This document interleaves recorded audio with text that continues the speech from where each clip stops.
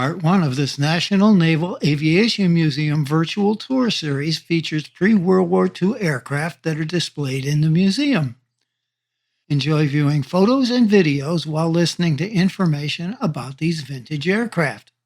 If you find this video entertaining and informative, please click the like button to help others find it.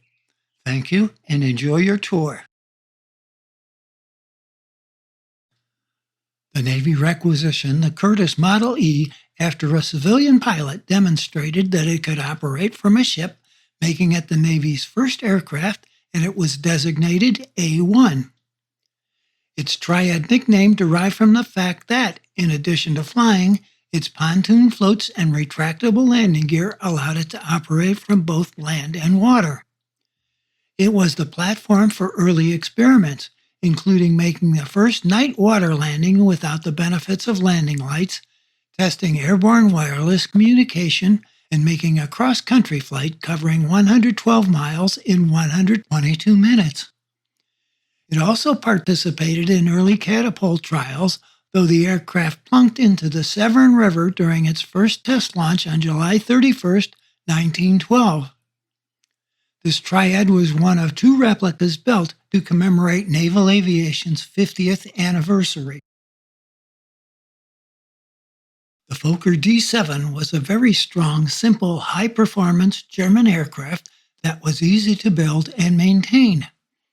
It was termed a major threat by enemy pilots as its combined speed, agility, and firepower provided it with a strong prospect of winning any dogfight with Allied fighters.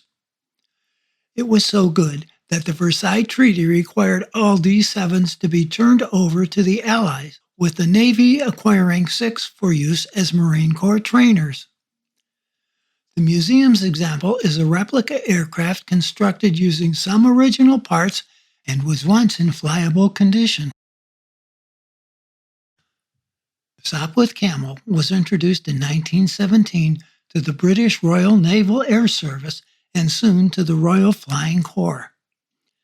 It proved to be an agile, potent fighter aircraft credited with shooting down 1,294 enemy aircraft. They served in several foreign air forces, including with the American Expeditionary Force. After the armistice, the U.S. Navy obtained 6 Campbells for experiments with operating planes aboard ships using wooden platforms built over a battleship's forward gun turret. The French HD-1 was Henriot's first original aircraft. It was characterized by its compact appearance and staggered wings of unequal span. As France ordered the superior performing SPAD 7, both Belgium and Italy, who were in great need for aircraft, settled on the HD-1. The Belgian and Italian air arms flew it with considerable success, and it won the praise of an Italian air ace who was among the first to fly it. After the war, the Navy operated 10 of them, conducting experimental work at Langley Field and operating from the battleship Mississippi. The French Nieuport 28 was issued to 4 American squadrons between March and August 1918, becoming the first aircraft to see operational service with the American Expeditionary Force. 4 AEF squadrons flew them operationally for various periods between March and August 1918. It retained the same problems as its Nieuport 17 predecessor in that the wing surfaces tended to shred in prolonged power dives, and the airplane was very unforgiving of pilot error. After the war, the U.S. Navy employed them when evaluating aircraft from ships, using 12 for fleet service as part of a shipboard fighter concept. The MF boat was a trainer and support aircraft derived from Glenn Curtiss's widely used F-boat that first flew in 1912. Serving throughout World War I, it prepared naval aviators for their primary mission of anti-submarine warfare over the Atlantic, protecting Allied shipping from the dreaded U-boats. It also supported the newly formed Fleet Air Detachment during operations in the Atlantic Ocean and operated at most of the Navy's air stations in the immediate post-war years. The museum's aircraft was the first of 80 MF boats built at the Naval Aircraft Factory in 1918 and served until 1922. Introduced in 1915, the Curtiss J.N. Jenny was a series of biplanes that was originally produced as a training aircraft for the U.S. Army. It was widely used during World War I to train beginning pilots, with an estimated 95% of all trainees having flown a JN-4. During World War I, the N-9, a seaplane version of the Jenny, not shown, served as naval aviation's foremost seaplane trainer. Though the Navy relied primarily on the N-9 seaplane for training aviators during and immediately following the war, the service procured 261 JNs, including 2 fitted with experimental floats and more than 90 airplanes outfitted for use as gunnery trainers. Thousands of surplus Jennies were sold at bargain prices to private owners in the years after the war and became central to the barnstorming era that helped awaken the U.S. to civil aviation through much of the 1920s. First built in 1917, the Thomas-Morse Scout was designed as a combat aircraft but became an advanced solo trainer. The S-5 was a seaplane version of the S-4 that was a good aircraft that resembled what World War I pilots would fly in Europe.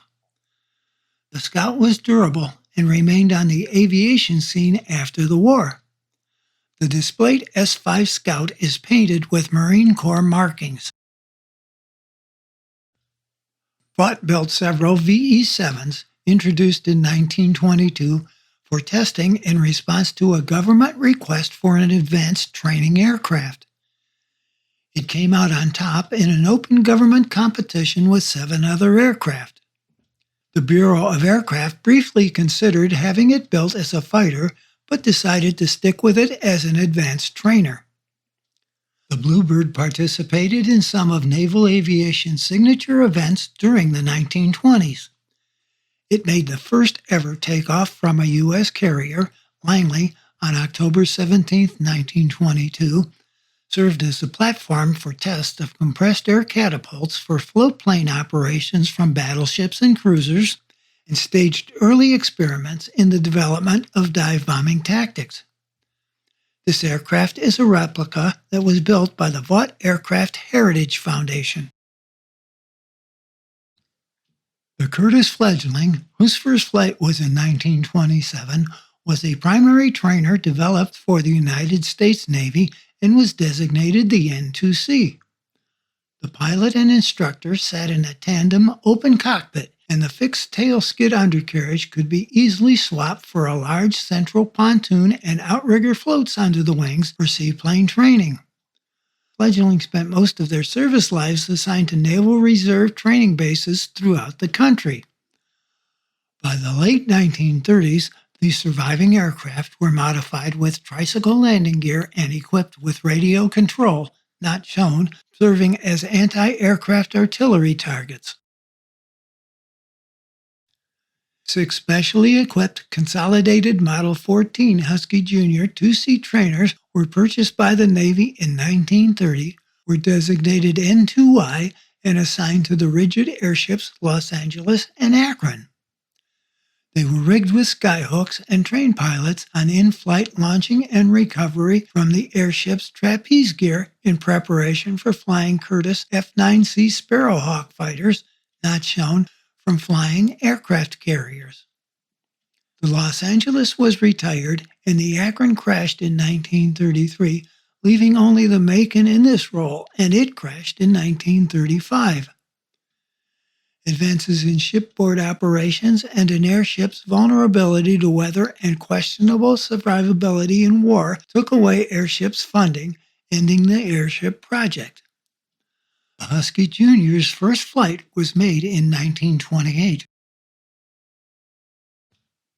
In 1930, the Navy purchased 6 new Standard Aircraft Company's D-29 trainer aircraft after they were configured to Navy specifications and designated NT-1. Originally configured with a single cockpit with student and instructor seated side by side, high drag and pilot discomfort dictated reconfiguration to the more common two-cockpit arrangement. The aircraft were assigned to Naval Air Station Pensacola and to the Marine Corps at Quantico, Virginia. They served for a comparatively short time, some described as worn out in service. The last NT-1s retired in 1937. The Curtiss NC flying boats were designed as aircraft that could fly across the Atlantic to the coastlines of Europe and be ready to patrol for German U-boats upon arrival. It was one of the biggest biplane designs yet produced, equipped with sleeping quarters and a wireless transmitter receiver. With its first flight in 1918 being too late for World War I, the NC still took up the challenge of traversing the Atlantic by air, and in May 1919, NC-4 made the first successful transatlantic flight. They were called NC boats with the N for Navy and C for Curtiss, and were nicknamed Nancy's. In 1936, the Navy purchased the Lockheed 10A and a 10B Electra that were designated R-20 and R-30 respectively. The R-20, shown here, was used as the personal transport for the Secretary of the Navy. Introduced in 1925, the Curtiss F-6C Hawk was an interwar Navy and Marine Corps single-engine, single-seat fighter based on the Army's Curtiss P-6 Hawk. It was armed with two .30 caliber Browning machine guns and could carry a small bomb load.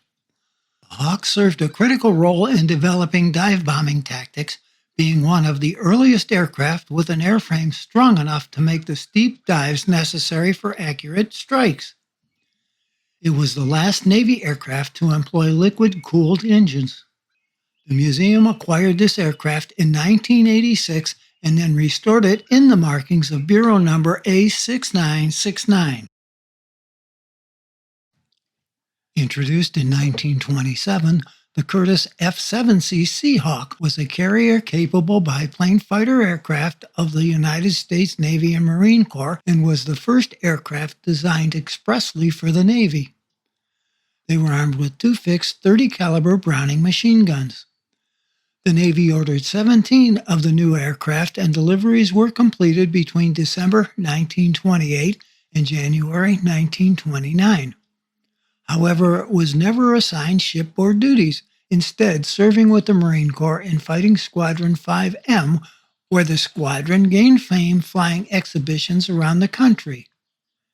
They continued in service until 1933. Introduced in 1930, the Boeing F-4B was the Navy and Marine Corps' first-line fighter from 1932 to 1938. Its debut coincided nicely with advances in carrier operations aboard the new carriers Lexington and Saratoga. It was armed with two .30 caliber Browning machine guns and could carry 244 pounds of bombs. VF-9M was the last fighter squadron to fly them and did so until 1938. From 1937 to mid-1941, the F-4B was used in the last phase of pilot training.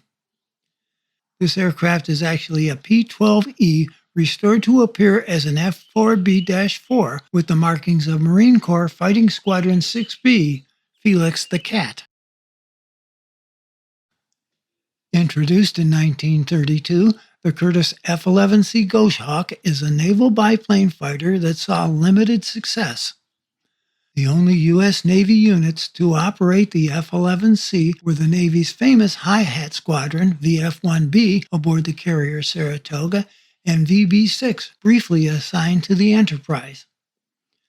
When delivered to the fleet in October 1932, the biplane was armed with two .30 caliber machine guns, which provided it air-to-air capability, as well as the ability to carry a 500-pound bomb beneath the fuselage or a quartet of 112-pound bombs beneath the wing. The latter provided an air-to-ground capability that made the Goshawk the Navy's first true fighter-bomber.